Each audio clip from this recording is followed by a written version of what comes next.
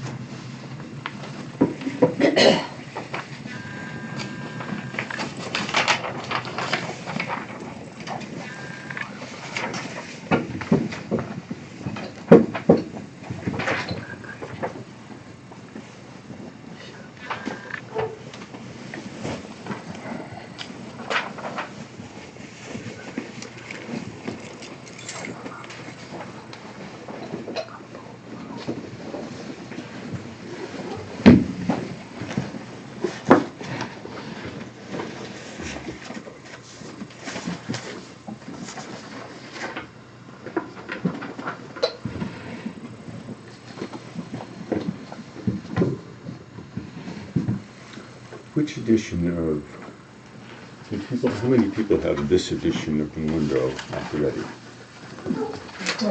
Silver. How do we know what edition we It have? has Well- silver thing versus. No, Oh. but it's the one that we have. Yeah. Okay. This is the Oh, you mean this Yeah. is still mine? Yes. That's. But I think it's still the same. I was speaking more generally about edition, to which date it was printed, but that it was the same basic text, As opposed to something from the Nyingma lineage or from another Kagyu center that has Okay. a completely different lineage prayer in it. So.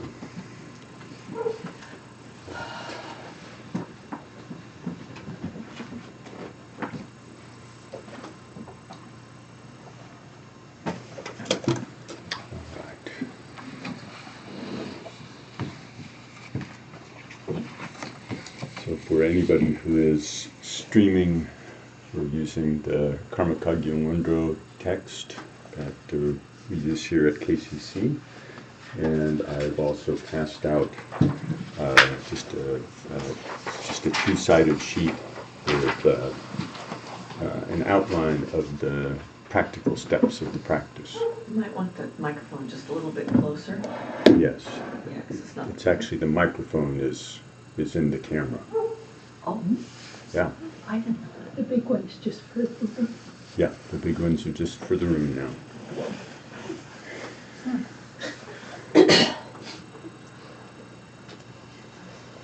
It's like taking pictures with a camera with no film in it.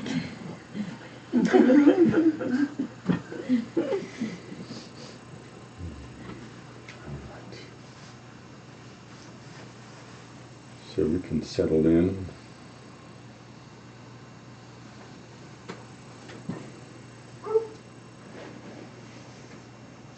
Just take a moment to arrive.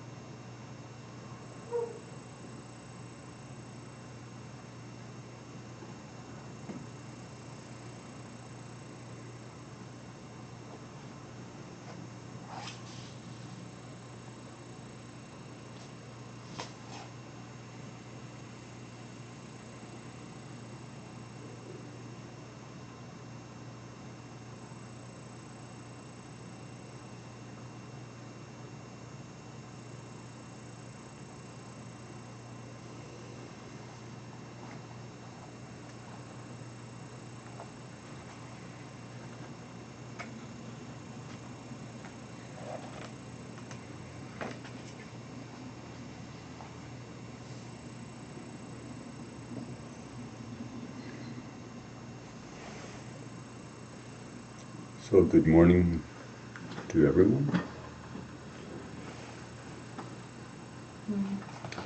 And today we are going to be going through the Guru Yoga section of the Wondro practices.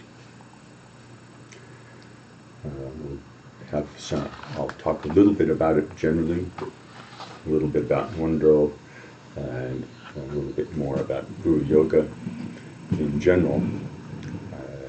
We will go through the text so that we go through all the steps of the practice, so that there will be a refresher for those who already are aware of it, and an introduction for any who are not doing the practice. Some time also for questions as we go along.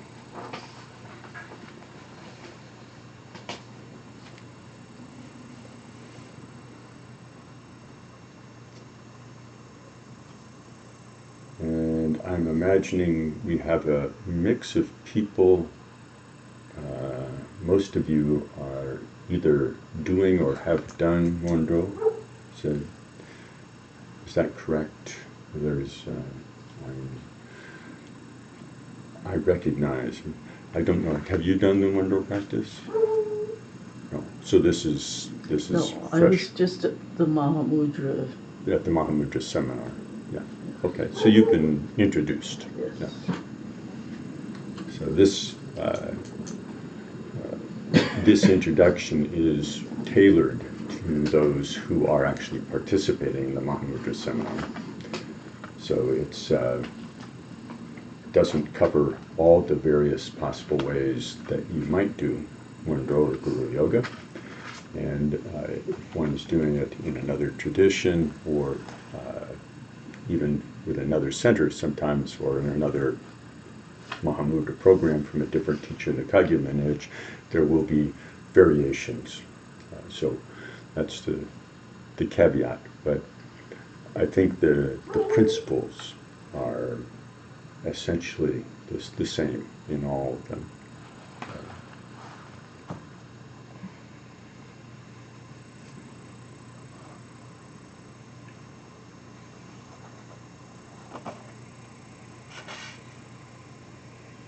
See, how many people have completed Wondro? 2 people? Okay. And how many have done the Guru Yoga practice several times within the context of the? Okay. So yeah, well, you've made an effort for maybe a couple of years. You saw.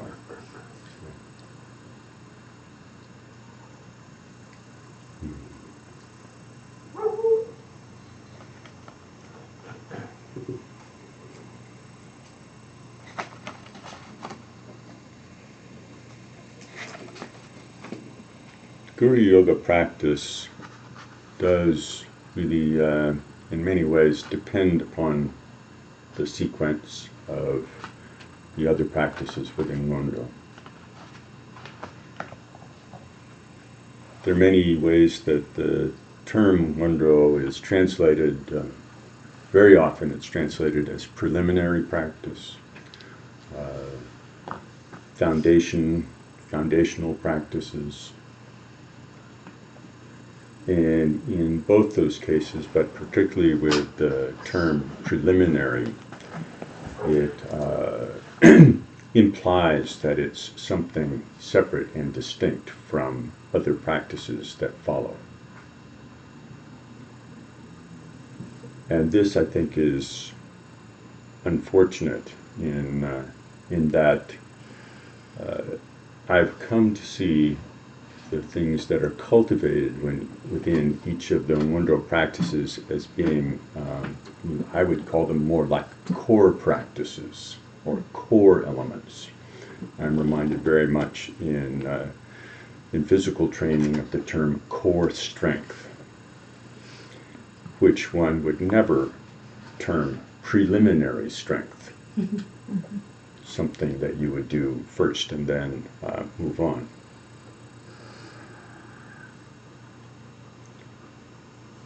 And while these practices are quite particular in terms of how they are constructed, how we do them, there are very special steps involved in the recitations and the visualizations. They do embody some very fundamental principles or aspects of practice.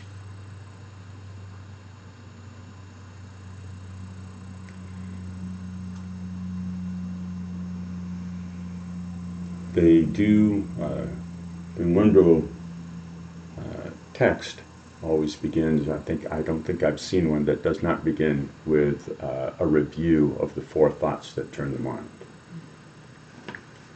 which provide an opportunity for us to take stock of our, we could say, our ordinary life in terms that we are familiar with. It should be an investigation of our ordinary life to really check to see what's going on. Because if we do not connect to what's going on in our life as we see it and take a closer look, our practice will be disconnected from how we act, how we think, how we communicate. It will be very disconnected. So we really do have to look into our life. And there are many, many references, inspiring short text, long text that you can refer to that can give you fresh ways to look at this. But so what I'm about to say is not it's not a container for what the four thoughts are. It's just merely some things that come to mind that can be sort of an example of how to explore. If we don't actually stop to look at our life and take it seriously, take seriously the potential of our life, we will, in fact, not use what's available to us. We will not take advantage of the circumstance. It just will go by. We'll take it for granted, and we won't see. We can be stuck in kind of the "what have you done for me lately" relationship with our life. And recently I was reminded of there's a rather common phrase: if you're not angry, you're not paying attention. And I think there's a lot of ways that if one really looks at circumstances in the world, it is kind of shocking. But there's another side to it, that if we're not actually shocked by how fortunate we are, we're also not paying attention. When we really look carefully at all the opportunities in all realms of activity, whether it's material circumstances or our own inner abilities, all these things, if we don't notice that we actually have a remarkable opportunity, we're really going to not be able to take advantage of that. And often it's just focused on just our relationship with the Dharma, that we have been fortunate enough to connect with the Dharma, and that is kind of right in the center. But there are all the surrounding circumstances that make it possible for us to take advantage of that connection, make it possible for us to even find it in the first place, make it possible for us to practice. When Dora and I did one-year retreat, I took this practice on. It was part of the assignment, And just within the confines of the small room, which included kind of a few boxes of things that I had brought along that I thought would be helpful to support my retreat or make me comfortable in some way, I could find things from all over the world.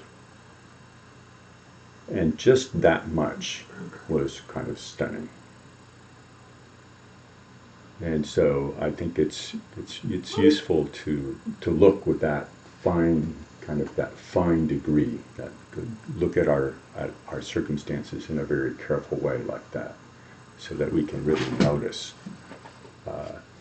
And building out from the immediacy of this, we can appreciate also all the peripheral conditions and circumstances that are required for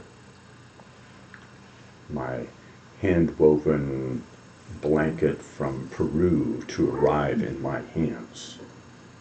It's any one of those threads can be quite surprising to think how many other pieces, and in particular how much goodwill is actually required. Just very ordinary goodwill between people. But however it is that you contemplate this, you should find a way into it that is as personal and as ordinary as this was for me. This is just my personal example of my exploration.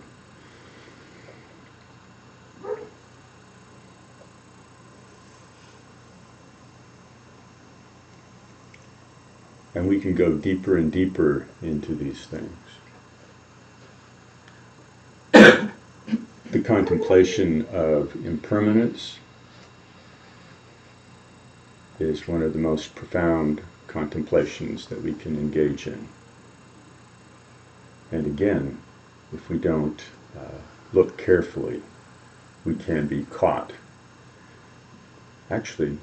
just in the churn of impermanence, the flood of things going through our minds and our lives, the flood of activity,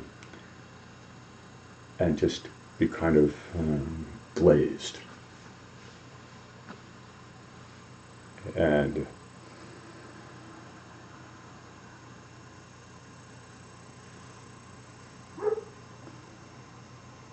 I'm thinking now of our friend Gene Ellen, who passed away just this last week, and how 2 weeks ago the narrative, while she had health problems, the narrative did not at all involve terminal illness.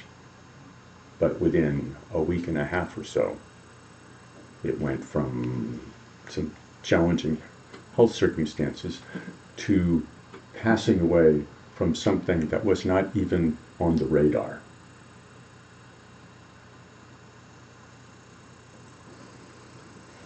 So it's good to reflect on these things. It's good to reflect, to really take our life seriously.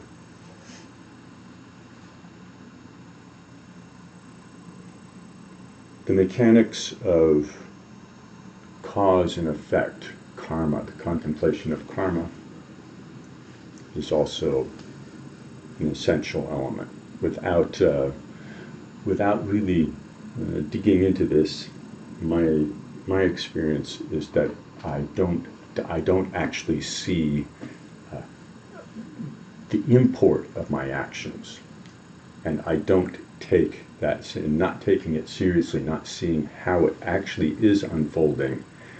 I don't take advantage of things that I could do that would be efficacious, and I let my energy go into things that actually produce situations that are not helpful. Often, since we have kind of a luxurious circumstance, they go into activities that are just kind of sort of vaguely neutral. And that's, we have the luxury of living in circumstances where we're not really pushed a lot of the time. Many of us live in very luxurious, relatively speaking, circumstances.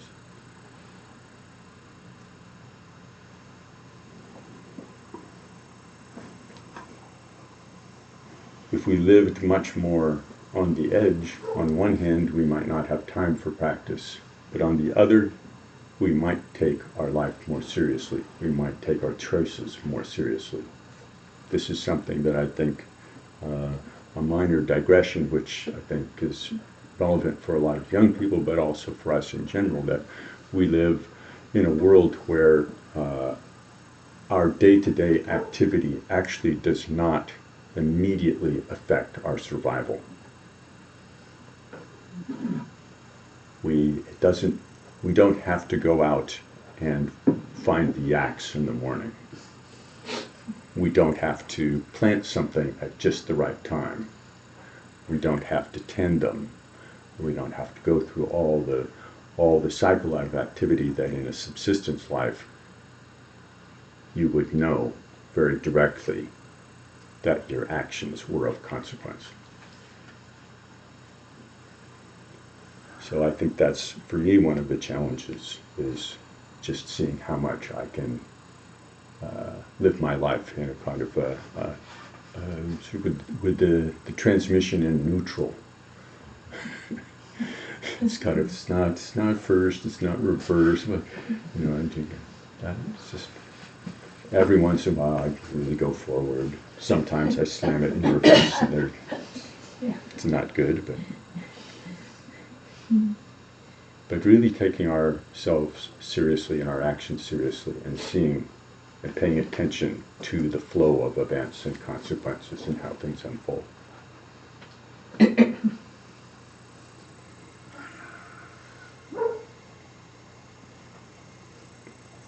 The fourth contemplation,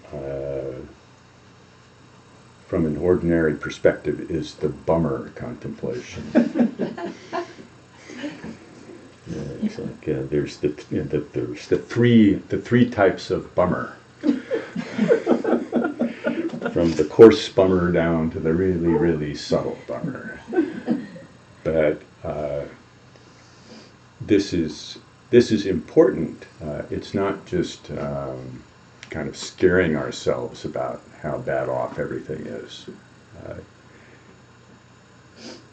If we don't actually look to see how things are working out, and we won't actually look back to see how to unravel the confusion, how to unravel the suffering, how to go into that. It's very, very hard. And if there were not the subsequent three truths to follow the truth of suffering, it would be really problematic. But we need to contemplate the suffering and confusion of samsara in the context of all Four Noble Truths, that there is a path for everything that we discover in the contemplation of the faults of samsara, in the contemplation of our experience of everything from very coarse suffering to the most subtle and elusive sense of dissatisfaction. All these things can be the basis and are actually a necessary basis for us to look at our experience in ways where we can actually begin to say, I see how this is unfolding. I see what I'm doing, and I see what the experience is. And this, the three types of suffering are actually something that are very, I think, very important to reflect on over and over again. And they will, as our practice deepens, as we are able to let our minds settle more and more, we will start to notice more and more dynamics at play.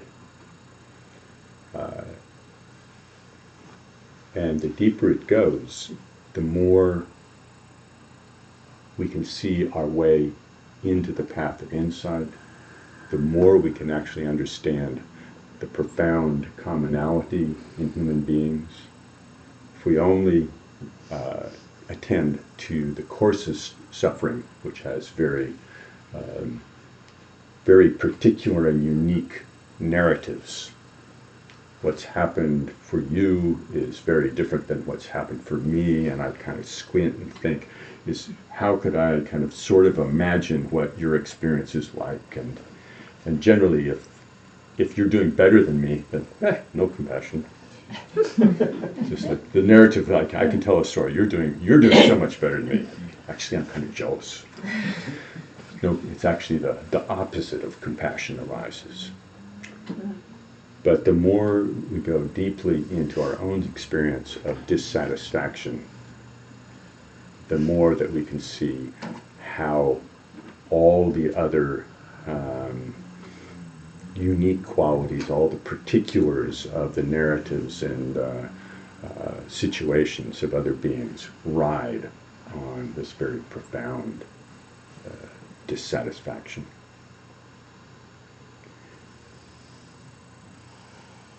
And so when we start to look in that way, then we start to really see the second noble truth and appreciate the third and the fourth.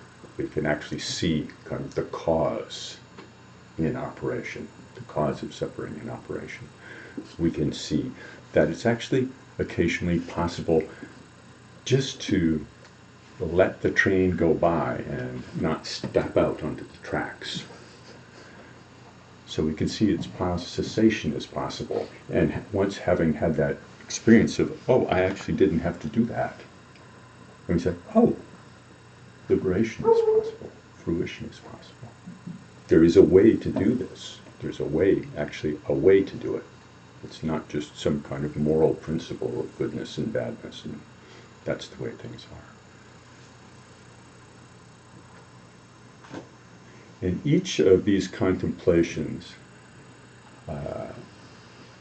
if we really lean into them, I will put out this proposition.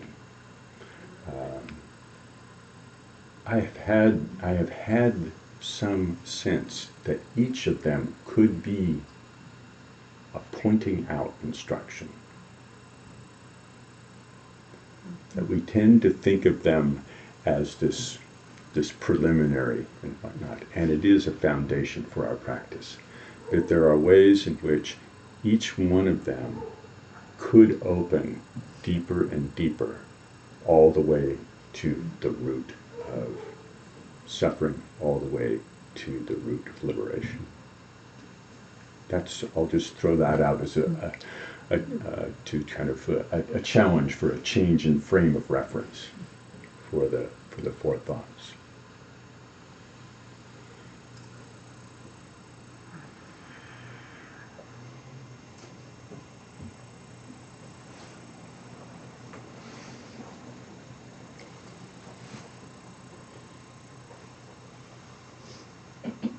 The Ngondro practices as a whole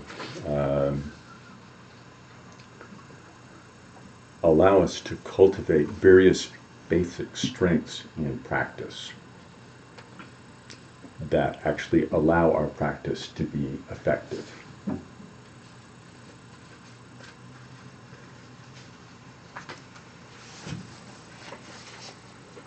And again, I'm not.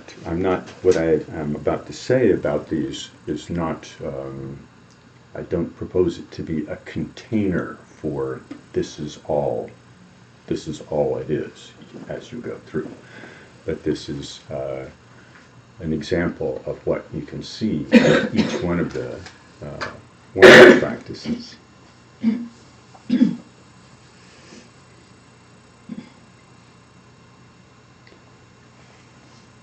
Refuge in bodhicitta, which is often commonly referred to as prostrations, because that may be the most shocking aspect of the first Ngondro practice.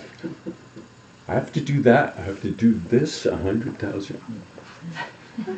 So, hence, we live by the headlines, and so that's the lead of the story. Is this? That's what we. Oh, really? But it's refuge and bodhicitta is really the core of it. And in the refuge practice, we have the opportunity to cultivate over and over again. It's like tuning our compass so that actually our attention and our activity of body, speech, and mind is actually tuned in the direction of enlightenment.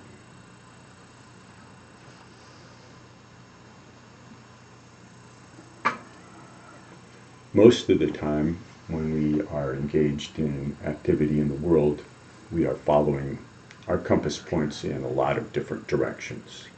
But very rarely do we find kind of the kind of a center point that's actually oriented around our path. And in the refuge practice, the element of placing ourselves in this circumstance where we're in front of the sources of refuge, the example of enlightenment is immediately in front of us. There's a very direct relationship, and that's kind of, it's almost like no matter where we look, the refuge just sort of comes and says, no. Right. If we look that way, oh, there it is. So always, refuge always was in front of us like that. Then we would see the opportunity in all circumstances.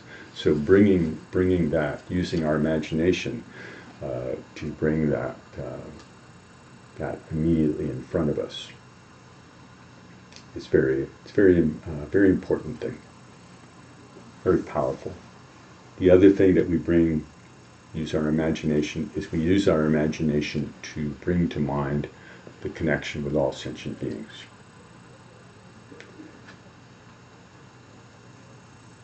And our relationship with them, and a sense of bravado of being the leader. We're supposed to have a sense of that we're the ones that noticed that the sources of breath, that the Buddha was sitting right here, and we point this out to all beings, that it's right here in front of us. And that we engage with body, speech, and mind. And we say imagination, and usually when we use the term imagination, we think of the imaginary as opposed to the real. But in this case, and this is a principle that we use throughout the Vajrayana practice, we use imagination to connect with what is more fundamentally real than what we usually imagine. Our relationship with our world is one that we imagine, and in it we imagine that we're not always connected with all sentient beings. We imagine that what's going on just right in front of me is the only important thing, and that if I can avoid some people, then they don't count. They're far away. I managed to avoid them. I'm not actually connected. But in the case of the refuge and bodhicitta practice, we have that opportunity to actually flip it, to remind ourselves that we're always really close. You could say, we're always close to enlightenment. If we take the Mahamudra, the faults of Mahamudra, 4 faults seriously, one of them is so close you can't see it. So this should be the kind of frame of reference that we have, that this is right here, it's very present. We have this immediate connection with it. And we have this continuous relationship with all beings. Those are the facts of the matter when we really look at it. And we use our imagination to step into that. So we have this opportunity for orientation towards enlightenment and developing this enhancing our natural connection with all beings. And this is a very core element in all our practice. Even just doing calm abiding when we sit down and we remind ourselves of refuge and bodhicitta over and over again. It's the container in which all the practice arises.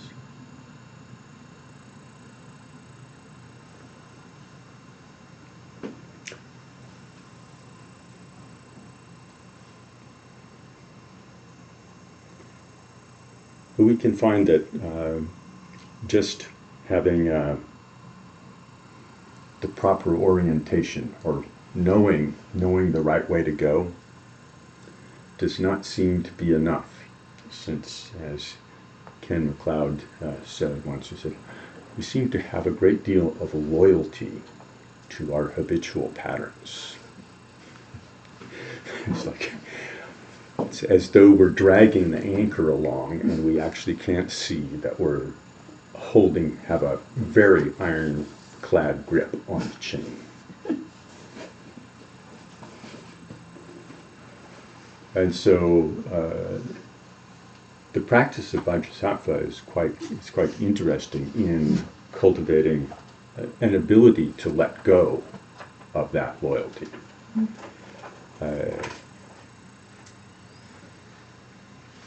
And if we really look carefully, it's very distinct from our usual way of dealing with negative tendencies, which particularly in this culture often involves a kind of a berating oneself. Just kind of stop it, like that kind of thing. But in the Vajrasattva practice, we're actually filled with profound goodness over and over again. So we're given the chance to actually, we're given something better than just, it's not the zero-sum game of, well, my unfortunate ways they may be unfortunate, but they're the only thing I have, and if I give them up, what will I be left with? Which is a very kind of hollow feeling, and I think we can probably all reflect on other people that we know that seem to make choices over and over again in their lives where they just can't seem to let go of circumstances. And a big ingredient is that there's a net loss involved.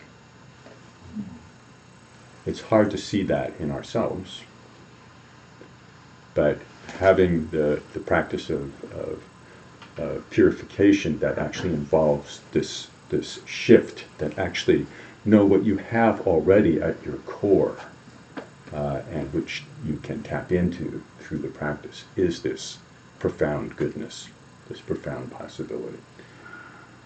That actually shifts the kind of character and makes it possible to shift our loyalty.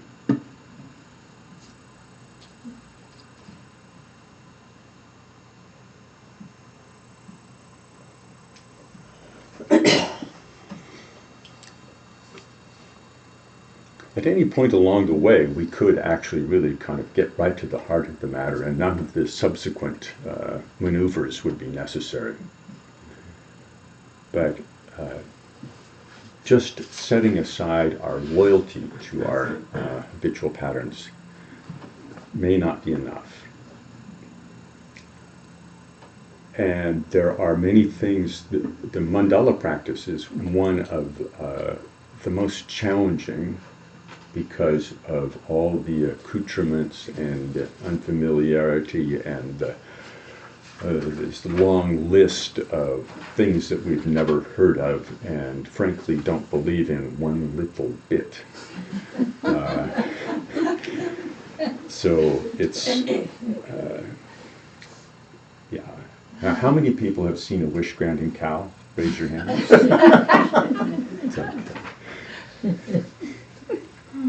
Wasn't there a chicken that used to do that? A wish-granting chicken. Maybe we have, but we're afraid The to goose, say. the goose that laid the golden Our egg. reputation. We do have the goose that laid the golden egg, but we don't believe in that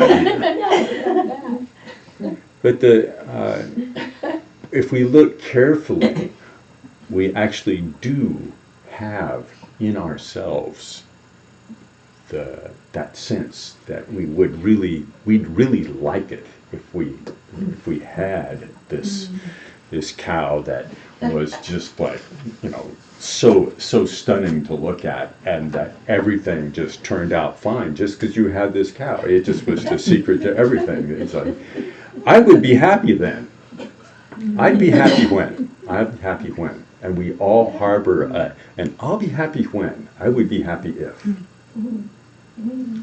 And so in a very deep way, we have all these impulses.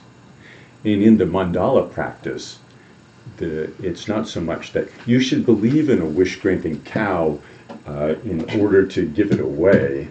We need to look to say, well, if you actually got all this stuff that's in the mandala, complete power, all the stuff, the power and the stuff of a universal monarch. I mean, literally, of course, there is no such thing as a universal monarch, and we go off of that track, but actually, we would love to have that degree of control. Yeah. As my mother used to say, if I was Tsarina, she was like, that was her expression of the wish for the powers of the universal monarch. We would have control over the entire universe, over all circumstances. Nothing would be left to chance. There'd be nothing going to sneak up and get us and disappoint us, ever. Not once. And it's actually humorous when we look at our own tendencies that way. And if we can relate to the mandala practice as saying, okay, let me say, actually I would like that kind of control. I would like to have this circumstance. It would be great if this. Oh, it would be wonderful if the world worked in such a way where there was a minister of the government who was impeccably honest and had such profound insight that minister could nail it day in and day out with just the perfect responses. I'll be happy if we can just impeach Trump. Yeah, and see where we are. But all these circumstances like that, and offering this, and then not just one edition, but multiples, millions and billions of this. So the scale of this gift and the exchange, we're making a deal actually, because we have a very transactional relationship with samsara. I see something I want, I will give whatever I think it's worth. And in this case, what we're doing is actually starting from the other side, and we're being asked to give in a larger and larger sense. It's even more valuable than that. It's more, all this taken to a scale where we cannot imagine it. It's still beyond that. Enlightenment is still beyond that. But that's what we give. Sometimes we treat generosity practice as solely the element of challenging ourselves to get over kind of low-hanging stinginess, kind of trim off the branches of our obvious greed and stinginess. But this is an important dynamic in the practice of generosity. But it's more than this kind of psychological challenge. It's actually more to flip it, to see that there is an aspect of well-being, that it's not just a matter of, well, I could imagine getting along without my car.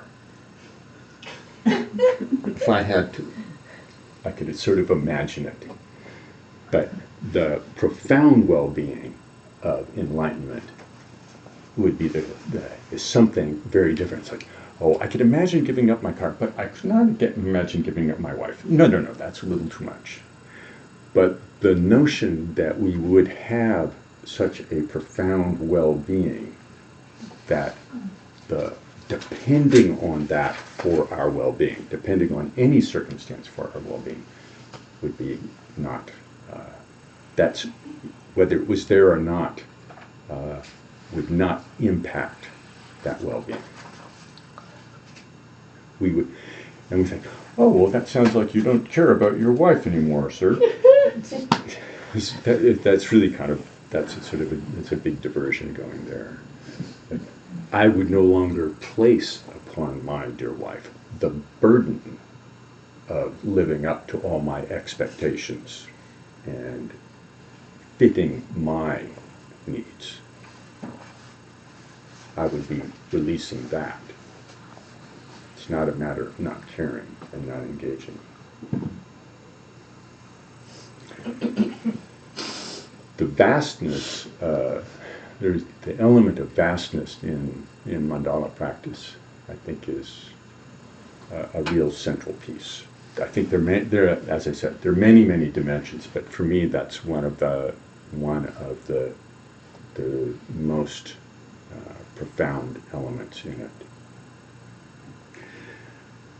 And it leads me from starting to think of my little practice in this little corner of Portland, in this little corner of Oregon, which is a kind of really tiny compared to the U.S., which is like just a spot on the globe, and then in the universe, almost nothing. My little practice is this little tiny corner in this giant context.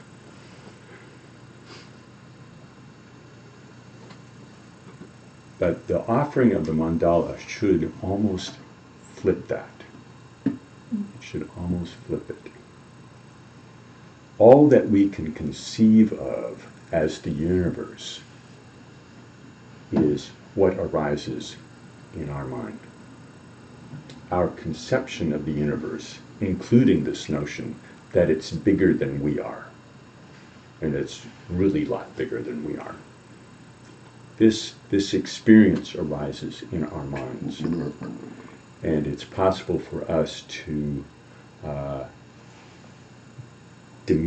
greatly diminish the power of our practice by holding on to that frame of reference, that my practice is this small thing in the midst of this kind of fixed, larger universe. I realized some years ago that that I was kind of jealous of Christians who really had the experience that God had made the entire universe, that God was kind of that big. And I, in comparison, was engaged in this little tiny meditation practice that was about this big. And then it occurred to me, man, you've left all the chips on the table in this game. This is not how to approach this. And when I could allow myself to shift my frame of reference to the notion that actually my experience of the universe arises in the mind, all our experience of the universe, our conception of it, the conception of its vastness and my insignificance. This is all part of what I hold in my imagination. Something shifted.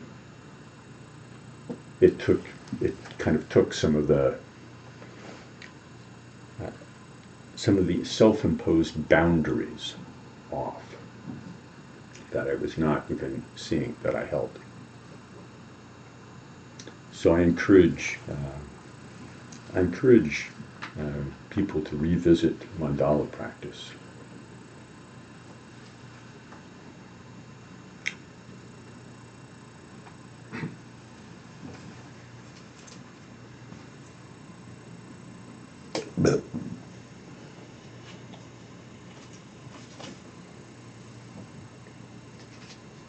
Then we turn to Guru Yoga.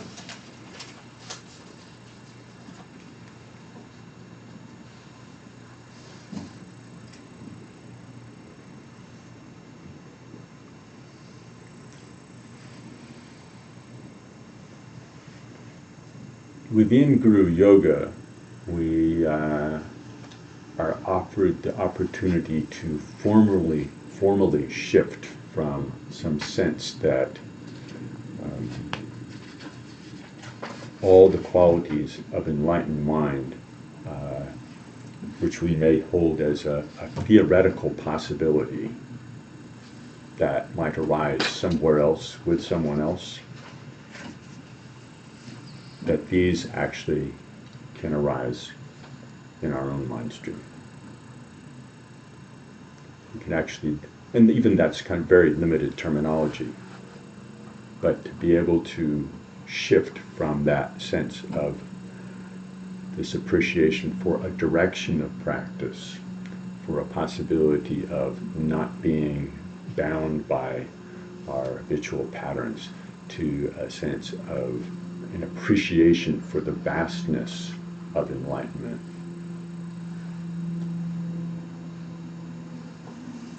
Then to shift so that this is actually something that we begin to appreciate in our own mind stream.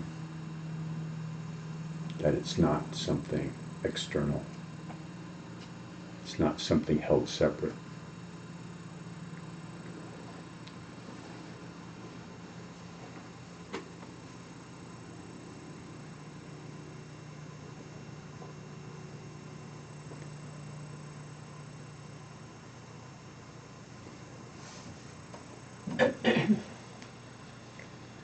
There's a lot of the language in the Guru Yoga talks about the three kayas show up over and over again. And and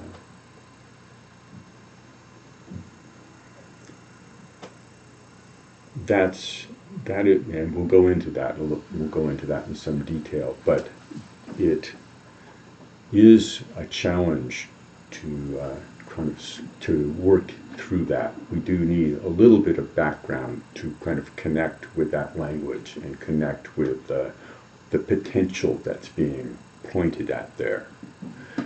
But it is really it's very personalized. When we say kayas, the term kaya often translated as body, but also aspect or manifestation. These are things that are like, it's really the qualities of an enlightened being, and it's not kind of generally speaking enlightenment. It's not an abstract. So to actually begin to relate to enlightenment as this, we could say embodied, but that's a little bit problematic word, but it's also not, but this embodied experience, this is something that's very direct.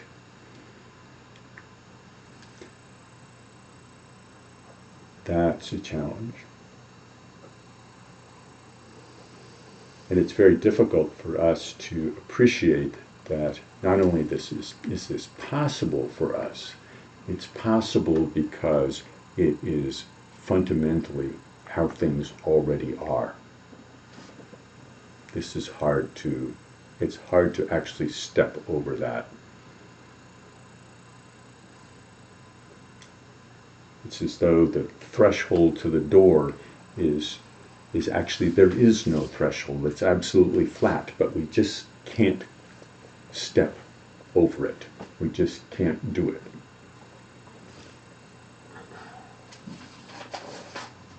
And the thread that runs through you could say, the mechanics of the Guru Yoga practice, the thread that runs through it is this thread of relationship, and it's this thread of devotion.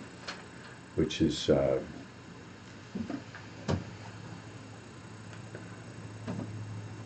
Rigu Tuku speaks of this a little bit in his book on Wondro.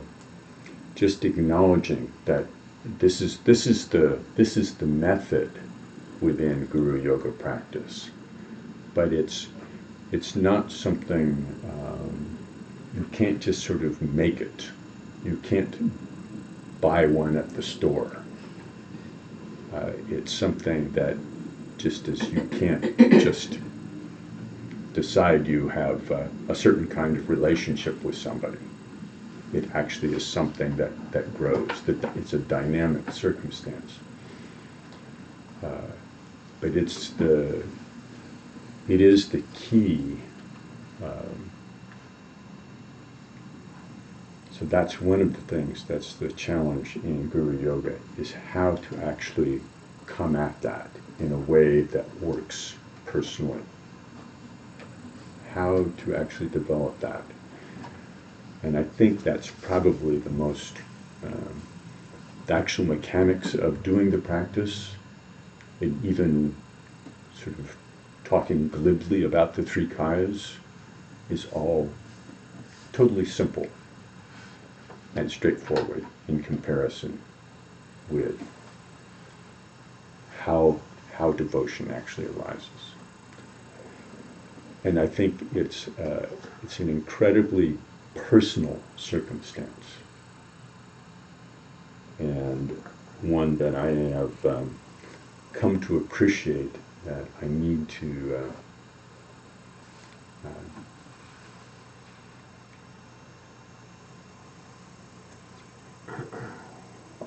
I've learned that it is so personal that making generalizations or saying this is or that is or those kinds of things can be very problematic.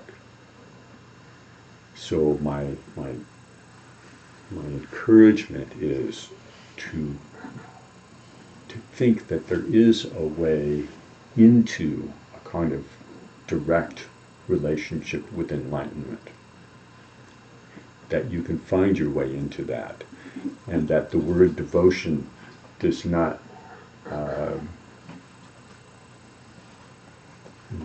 need to sound like it's one thing or another thing. And in particular, it should not sound like your visa application for enlightenment was stamped rejected because you can't relate to the word.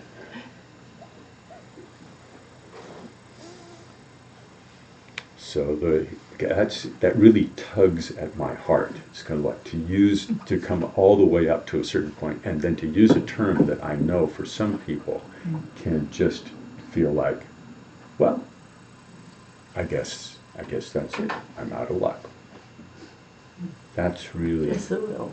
that's painful.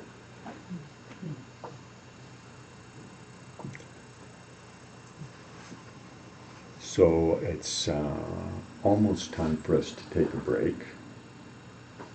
But do you have any questions or any comments?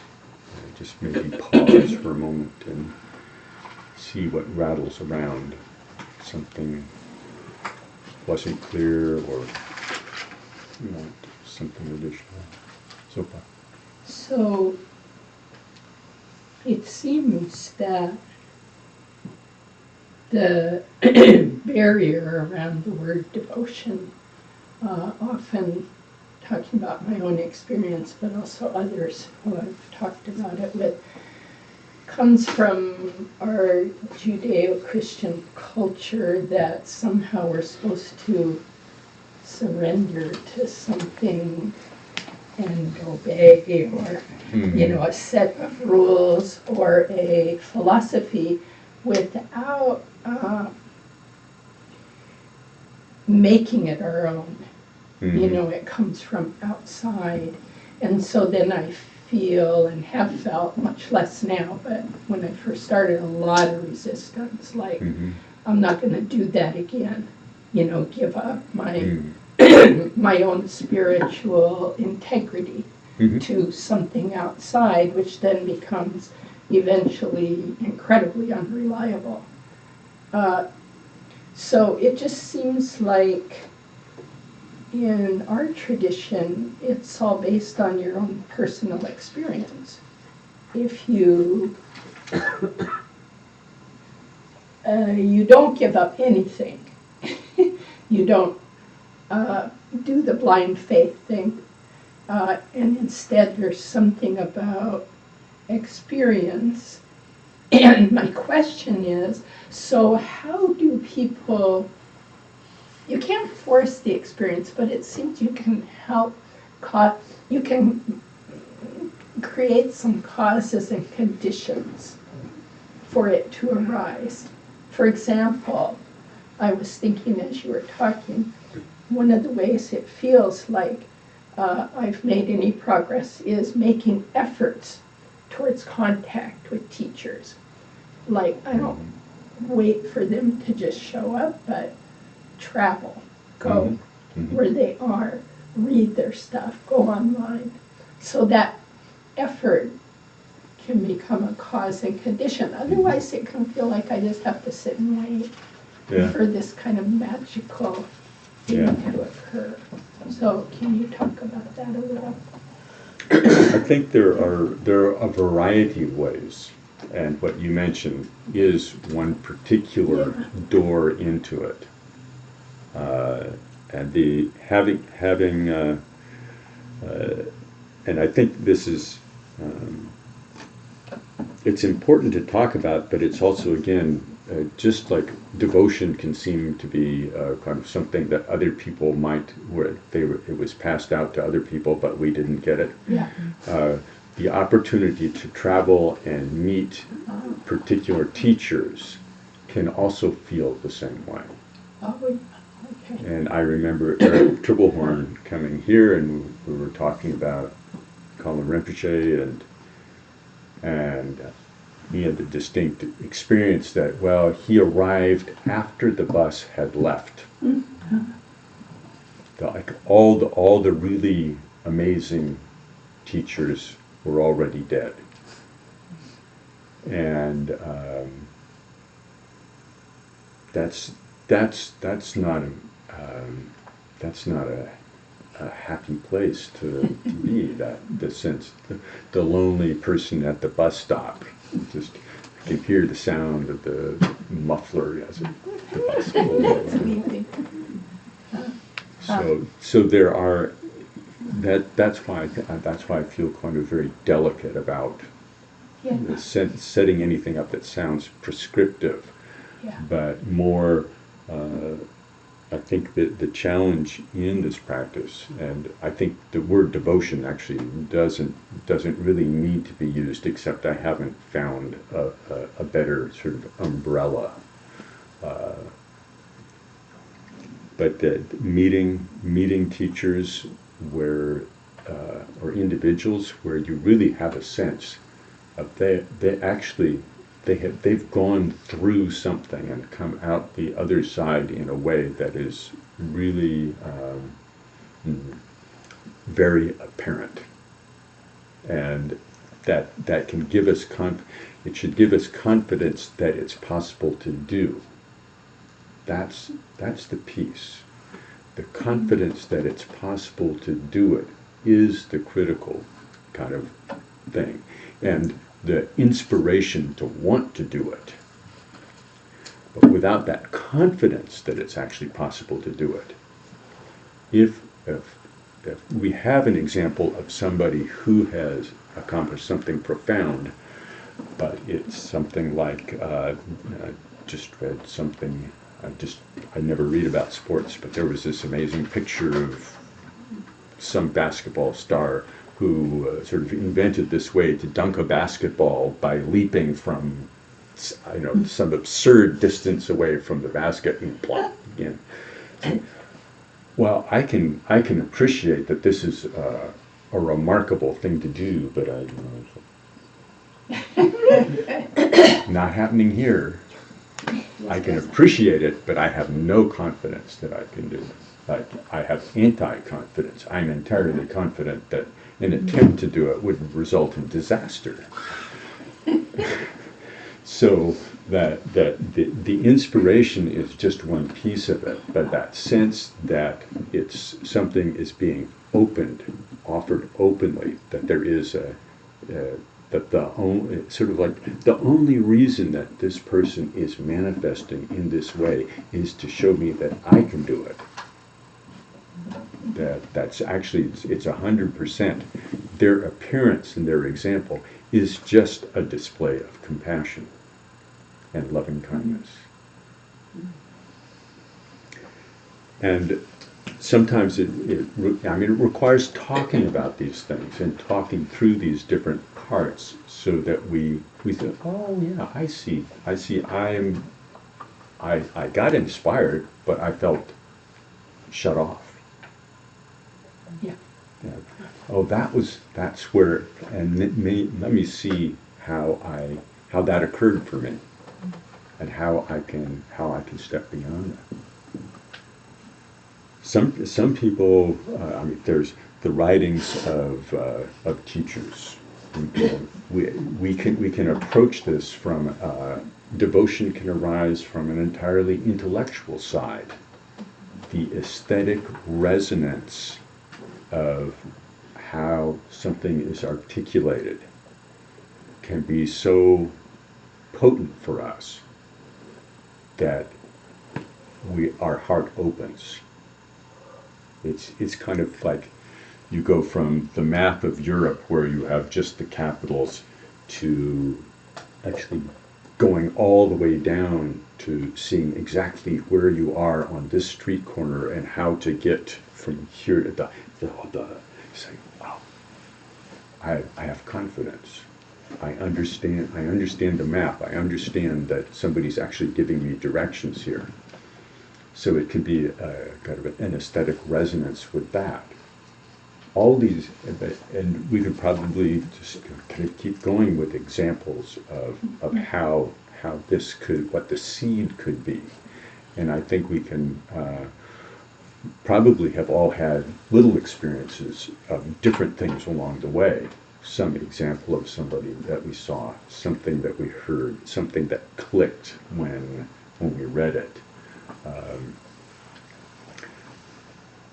Just a tone of experience that arose when engaged in reciting, particularly kind of something with a beautiful tune. All these things, all these dynamics are there, and they can all be doors into this sense of inspiration and confidence. And there is a way in which it does involve profound surrender, but it's a surrender that almost kind of implodes.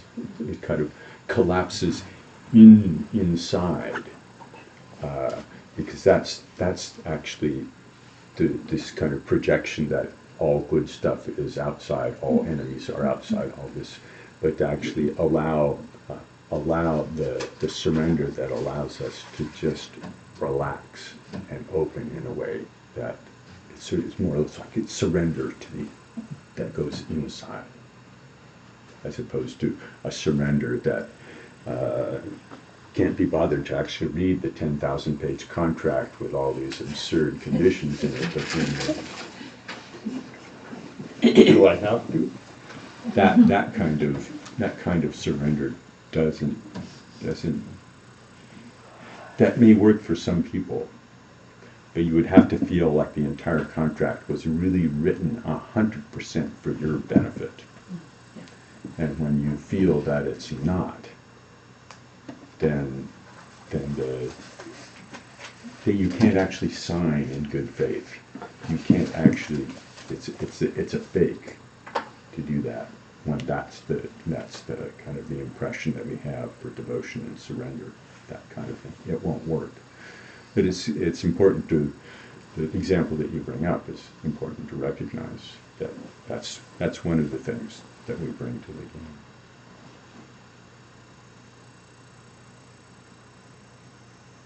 Alan. So as Zopa pointed out, our notions of devotion are colored by our cultural background. Yes.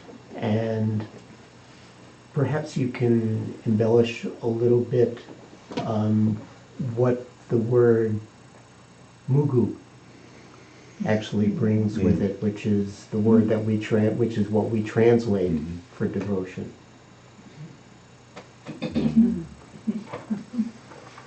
You know it. Not as well as you. Mm-hmm. Right. Say what you know. See what I know. Say what you know.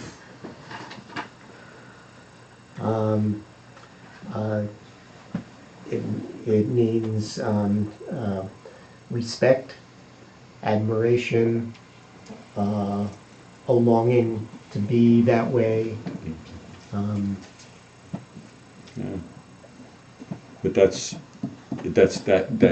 implies a very, I don't know a better word than devotion, but that combination of the respect and appreciation, which is really very much kind of from our side, and then the longing, which is 100% from our side. It's like, no, I want to do this. I want to do this. Well, so many of the teachers have, some whose pictures are up there and stuff have explained to us that one cannot realize Mahamudra, that the realization comes from the blessings of the lineage. Mm-hmm. And those blessings are always there. And it's just the ways in which we open ourselves to receive those blessings, which again brings us back to like the things we were starting to discuss last week about contradiction and paradox. Mm-hmm. It's not something we do, but we have to open to what is there. Yeah. It's not something we do, except that it's something we do. Yeah. Yeah, that's what I'm.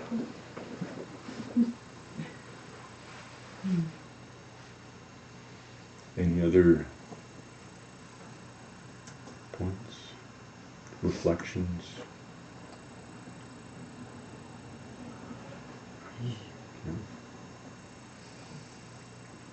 I'm not sure I'm going to articulate this very well. Okay, so say you were on the bus Mm-hmm. and the bus broke down. So now you're looking for another bus. But none of the bus doesn't seem to be coming. Mm-hmm. No more buses seem to be coming. Yes, I'm saying is, you're not talking very much about the relationship to the actual living teacher. And Yeah. you're planning to talk about that later. I'll hold off.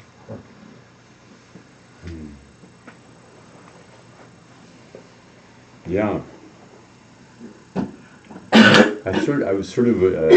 I wasn't going there directly because the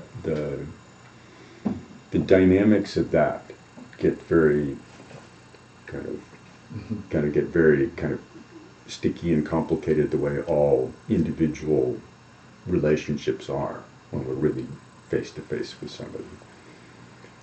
And the power of a direct personal relationship is very great. It also has the power to be very complicated, very sticky. Well, my question really is more like what when that relationship is not there. Mm-hmm. Because, all the texts talk about so much about that relationship and how important it is. Yeah. And it gets discouraging at a point because you realize that for most of us, particularly here in the West, most of us are not going to have that relationship, Mm-hmm. the way it's described in the text. Yes. Yeah. So the question is then how to proceed Mm-hmm. in the absence of that. Yeah. It's good to remember that it doesn't need to be a direct personal relationship. The appreciation, it's very helpful to have living teachers, but one's root guru could be Milarepa. And this is something that's actually, this is not just a modern newfangled Band-Aid to put on the wounds of benighted Westerners who aren't close to famous teachers. This is something that's been, this is over the generations, this has been noted, and that sometimes even recommended to people as, for you, better you know, which Vajra songs do you really ring your chimes? That's your root.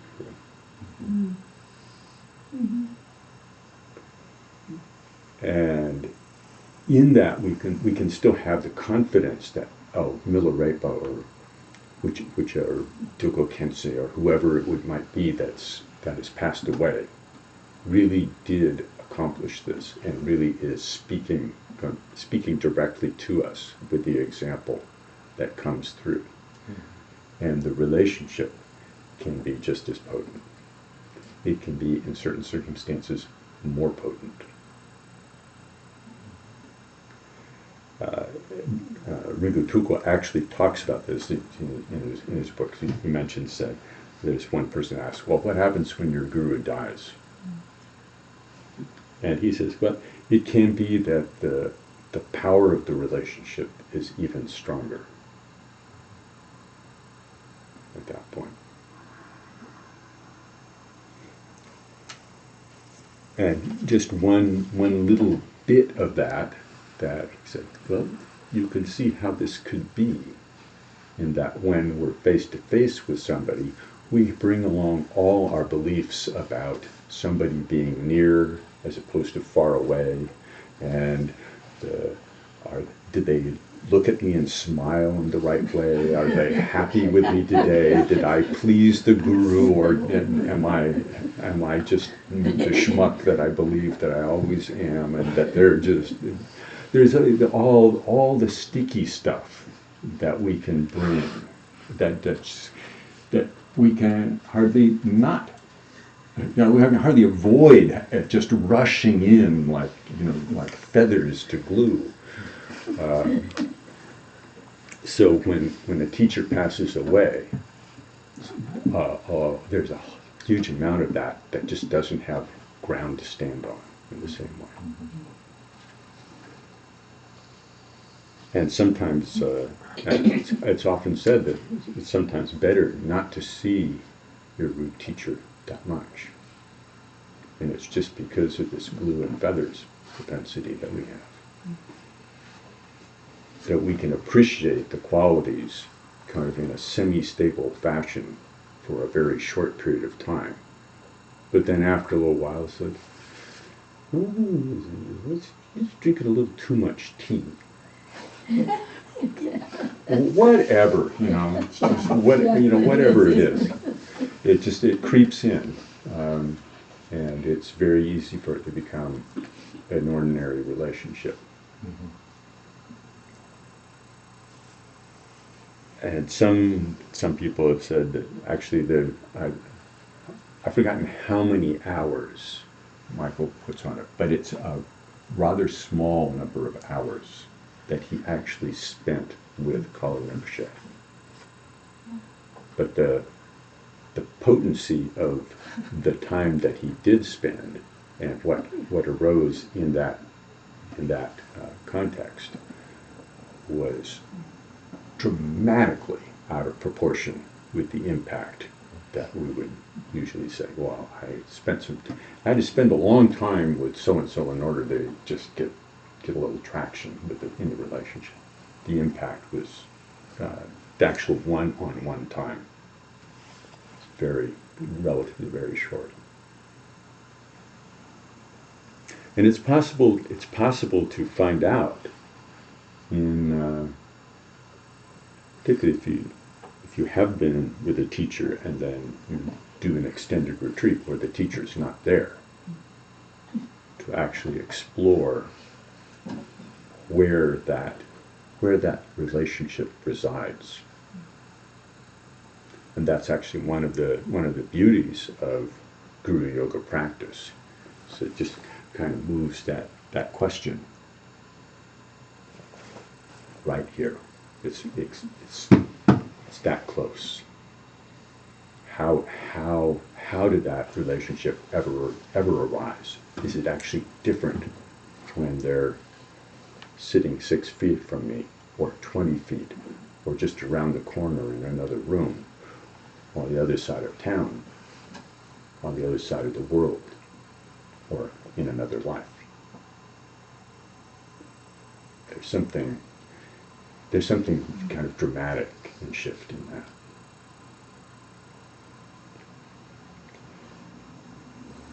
But you mentioned the bus breaking down, and that, as opposed to the bus just stopped working.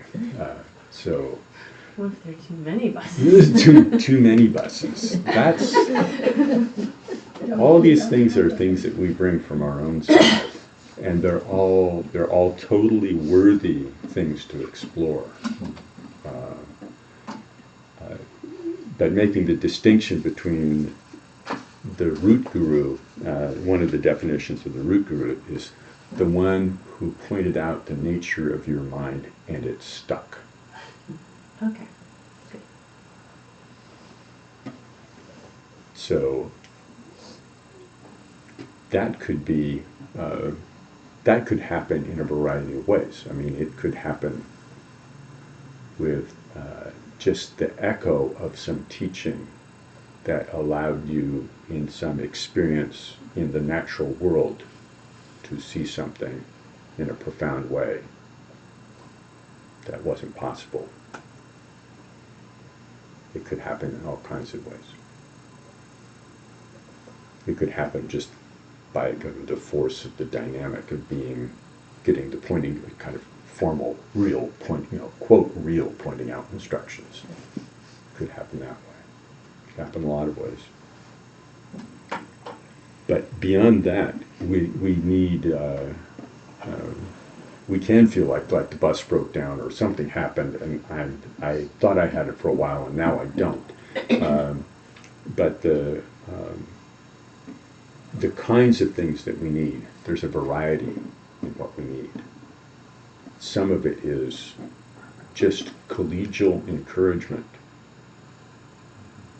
Some of it is go to somebody who can essentially kind of read us the Chilton manual for car repairs, kind of somebody who's just good at finding the appropriate teachings that kind of address our questions. So kind of a superior mechanic friend. And it goes on through all kinds of dynamics. People that we just need to see just to even though we don't feel close to them as a personal teacher, but we feel that they embody something in a very powerful way. So we might actually go and take an empowerment with a teacher that we had profound respect for, that we don't feel like we're going to be their personal student. That's not it, but this represents the thing I sense in this, the same depth that I know I want to orient myself towards, to connect in that way. And sometimes things seem to work, and sometimes things seem not to work. And sometimes we're good judges of it, and sometimes we're not. In both directions. But it can be the kind of thing that we sort of hold up and say, well, I used to have the round to it. This happens to be square, but I used to have the round to it. I no longer have the round to it, and so therefore I'm stuck. I quit. I give up. But it's that's okay. What do you really want to do with your precious human life? What do you really want to do with it? And then it becomes a matter of how do you get the things from collegial support to the superior mechanic and on through. How do you orient yourself to those circumstances and take advantage of them? But sometimes it's a matter of a very detailed conversation as opposed to a metaphorical example of the bus broke down. Which is a nice example. But, okay, I think I'll pause here because I said we'd take a break 20 minutes ago. Thank you, Bill.